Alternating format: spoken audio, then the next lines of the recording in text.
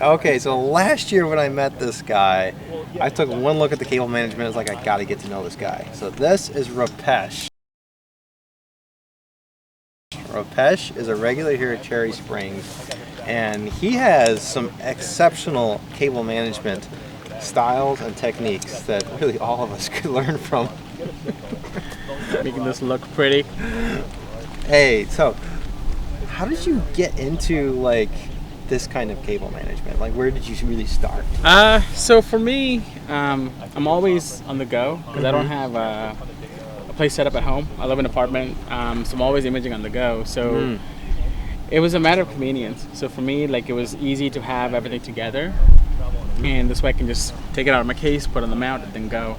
So it kind of came from necessity, and then once I started doing it, I just kind of went all out with it and looked up ways to make cable shorter, and then found like custom length cables and stuff like that. But it started from me having a need to be able to image quickly, because sometimes I get done work late, and like I get done work at like 10, and you only have a little bit of time left, so you just wanted to like image and go. So so it started with a need to be efficient in my setup time. Yeah. I know. I think my mount, when I first started, it looked like a weeping willow, all the cables coming off of it. And I just had too many accidents where things got yanked out. Because I guess let's cover a couple of reasons why you want good cable management. So number one, you want to protect all the ports of your equipment, because if a cable has weight on that port, it can damage it. It can break it off of the board and chip, and then you got to get maybe a whole camera replaced or a computer or something like that.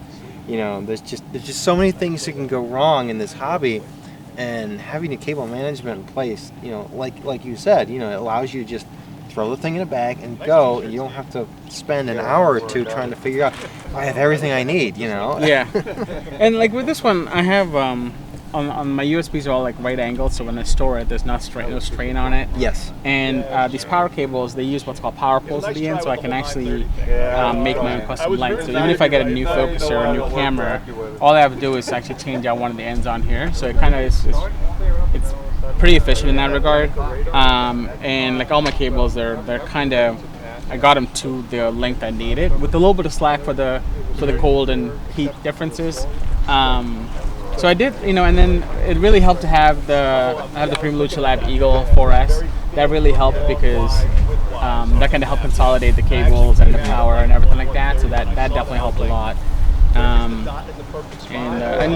then the one good thing about the ZW cameras is it's got the USB hub on there, so I can actually, even with the rotator, the filter wheel and off-axis guider is it's plugged in here. So I only have two cables turning, the power and data for the camera. Everything else is going through here, so it makes it really easy. And it looks like you actually have a breakaway point, at least for the USB. I do, yeah. And I have power. The power is actually long enough that it actually does, like, even if it goes a full 360, it's not a big deal. So I have a focal reducer in here. So when I don't have a focal reducer, actually the power is long enough to get to the whole thing. Yeah. So it's so the focal reducer, I'm more in with it. But when I am in full focal length, I'm actually about like another couple of inches out. So I have enough for that, and I have another cable when I do it with a native length. I'll tell you a story. So like one night this is my early days with my ASI Air. I think it was the very first generation, and I was trying to go to a target, and then I lost connectivity to it, okay? And I'm sitting there waiting for it to refresh. So finally I just went out and looked out the back door, and I look and I see my scope going around and around and around and around, and all the cables wrapped and just dragging them the whole way around, just going over and over and over again, because it was stuck in that. That would scare me. And after that, I was like, okay, I got to have a way for cables to separate themselves if something like that was to ever happen again. Yeah, so I mean, like...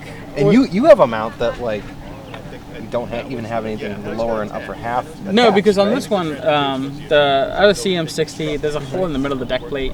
So I have power going in through here to the deck plate and comes out to the Eagle. And then from the Eagle, I have the mount power going back through the deck plate to a separate port. So you replaced that plate too, right? I did, because it came with a USB 2 hub, which and it's nice, but everything's USB 3, so I wasn't using it. So I actually 3D printed my own little mounting thing for the power poles. Made my own little thing. It's not perfect, but it fits my needs. And then it really helps. These cable clips really help. They're really nice. The cable clips are good for that. Yes, yes they are. Yeah. Yeah, and these have they're not so secure that you can break them away. Okay. Oh, here's one. How much time have you invested into creating all of this cable management on this mount? Like, do you know how many hours you put into that? So it is an ongoing process, right? Because sometimes I find that I don't like something, I've changed it around. I'll say I've spent a good. Between it took a while to find the right cables for one. So making the cables, all that. I would say I spent almost 8 to 9 hours on it, just getting it. About the same for me. And researching it and making these custom. They're not hard, but you measure them, and you cut twice, measure twice, cut once, right? But I did the opposite. I've measured once and cut 3 times. I have so much spare wiring lying around that are too short or too long for anything, but it's because I've messed around. And then just the research to figure out how to do the power poles and how to do that. I would say a solid 8 hours of time.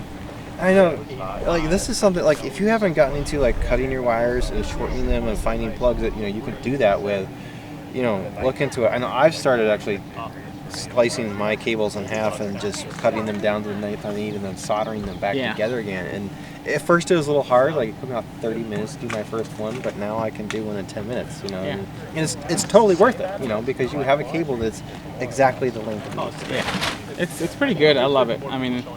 It's I take a little bit of pride in this, and people have been coming and looking at it, so it's been it's a showstopper. It is a showstopper. It's been good for my self-esteem. No, but it came out of necessity more than anything else. And then now I just like the way it looks. Yeah. So. Well, here, let me ask you about light pollution, because I think that's a really important topic. We're here at a dark sky site. Yeah. And I want to ask everybody that I interview here while I'm here, what are you doing in your part to try to help combat light pollution? And then maybe what do you think you could do to kind of help spread awareness of this? As far as my part, I try and tell my friends about light pollution and try and show the pictures I take so they can see what can be done in a dark site. When I buy a house eventually, I would like to think I would have better lighting and stuff like that, just for my personal stuff, and try and spread the word on that. But I think when I'm here, I take pictures with my phone to show people what you can see when there's no light pollution. So I take an unprocessed picture and send it to my friends and say, hey, this is what you can get without any light pollution. So it's try and spread the word. Really, that's what I do, and